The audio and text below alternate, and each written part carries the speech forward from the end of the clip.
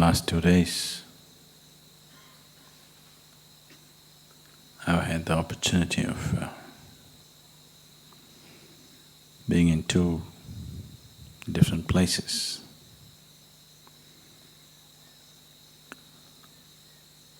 Of two different kinds, but with the same intention, but two different kinds. I was at the Thanjavur Temple, and yesterday I was also at the Gangaikonda Cholapuram. All of you have seen both the places? Have you? No? So Thanjavur is a temple where externally they managed to build a magnificent temple of phenomenal beauty and proportion. 1,000 years ago, when there were no machines, there were no cranes, when there were no vehicles to transport huge rocks that were necessary to build this temple.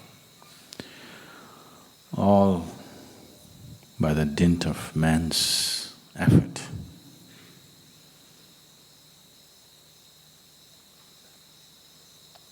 It's not a simple effort. If you want to understand what kind of effort, I'll give you a simple project. Now we're building the Adi Yogi Alayam. So I want the rock which is in the Spanda hall to be shifted to the Adi Yogi Alayam. I want you to do it, all of you together, no machines. You know the rock? Then you will understand what it is. Because that's what they did. They say the rock that was used to make the linga was brought from Saurashtra in Gujarat, from the banks of Narmada, weighing almost 250 tons of raw stone, crossing Vindhyachal. No trucks. I want you to just imagine what kind of people are these? What was in their heart to propel them into such an almost impossible act? So after all that effort, they built a magnificent temple, but the core of the temple failed. They could not consecrate the linga as they wanted. It did not work. So even today, people believe misfortune will come upon them by going to this temple. You know, it's common knowledge, people think you will come to misfortune if you go to Thanjavur temple.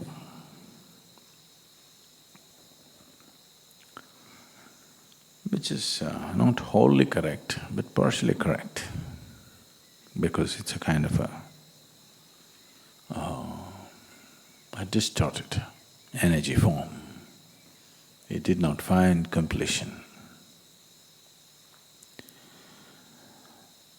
So almost 42 years of work, and then the very heart of it failed upon them. So Rajaraja Chola, who attempted this, the only intention of building such a magnificent structure is to see that generations of people will benefit, that it will leave an impact on people, that it will be an uplifting experience for generations of people to come. When it did not happen, I can imagine his distress and pain of that wasted effort not just of the individual effort, but thousands and thousands of people would have worked for it. They would have emptied the state's coffers. Probably they fought battles to bring in the necessary resource. And in the end, did not find completion. So his son, probably wanting to bring some peace to his dead father, he built an exact replica of that temple, but he did not have the courage to attempt the same scale, probably for practical purposes. He brought down the size considerably, attempted similar thing, trying to do it in a much faster time span. So, making it into not so glorious work of art, but functionally as good. So the temple structure did not turn out as it should have. They piled up rock and built it. Structurally it's good, but in terms of aesthetics they could not match Thanjavur temple. But they managed to consecrate the linga. So one place where there is grandeur and beauty on the outside, but the inner core did not work. Another place, there is inner strength, but there is no grandeur and beauty on the outside. This has been the story of the world in many ways. Where there is outside well-being and affluence, inner emptiness, where there is inner strength and beauty, poverty and other kinds of things where the outside is not taken care of. A time has come in terms of where the world is, that in terms of the outside situations, we are capable like never before as human beings. We are capable of doing things which were unimaginable 100 years ago. Now that we have an external capability of this kind, it's extremely important that we don't become another Thanjavur as each individual. Outside beautiful, inside empty. As individual people, as societies, as nations, as humanity, we should not end up like this unfinished temple. And I was trying to go through the whole drama. In my mind, I was trying to go through the whole drama, what it would have taken for them to build this temple and how it would have felt to see it incomplete, and how much pain this young king, Rajaraja Chola's son, must have borne to hurriedly try to put up another temple which is of similar design but of a much smaller scale, and trying to bring it alive. The whole drama, I tried to play it in my head and it's quite a drama. It's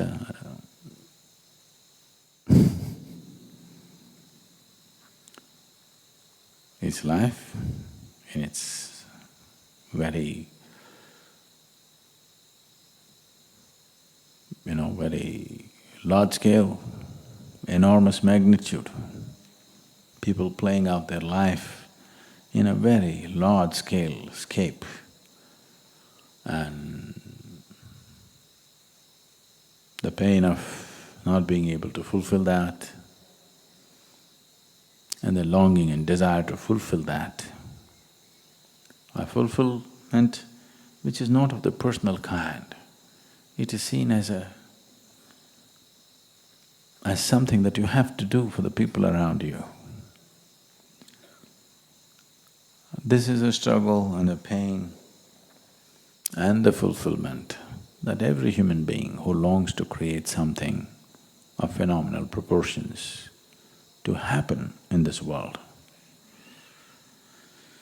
not everybody meets success, not everybody experiences the scale of failure that this great king might have experienced.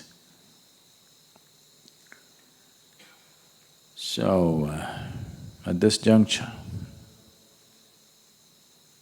where humanity is compelled to make decisions about scaling down their exterior, not because of their own consciousness, but because of ecological compulsions, a time has come when humanity has to scale down its outside grandeur substantially if they want to live for a long time. If we as a species, if we as a race have to exist on this planet for long enough, a time has come, we have to cut down our plans for the outside. So when such a time has come, it's best, because you cannot curb human aspirations in terms of wanting to do great things. So it's very important that we start rolling out grand plans for the interiority. Otherwise, a human being will feel trapped, that he cannot find expression to his creativity, he cannot find expression to his wanting to do something more than what he is right now. So it is definitely time to roll out plans, very mega-scale plans about the interiority of the human being. But even for that, we need some outside infrastructure, which we are trying to fulfill in the next coming couple of years, a year or two. And we want to roll out really grand plans for every human being as to what you can do within yourself. There are incredible things that one can do within himself, which can easily keep a human being busy for a lifetime. And if you do such incredible things, at least you will not have the problem of planning one more lifetime. Because if you do such incredible things, then existence will see that you have to cease. You're too much.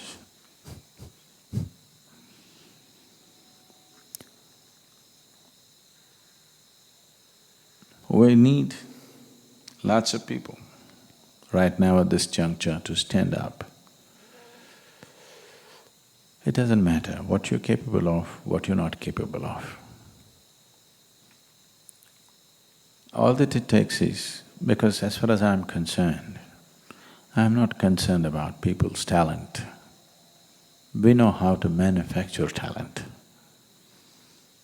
But that is possible only if you subject yourself without any will of your own to the process. We can make anything out of you. We have the necessary technology, so we are not really looking for talent. If you have talent, it's useful.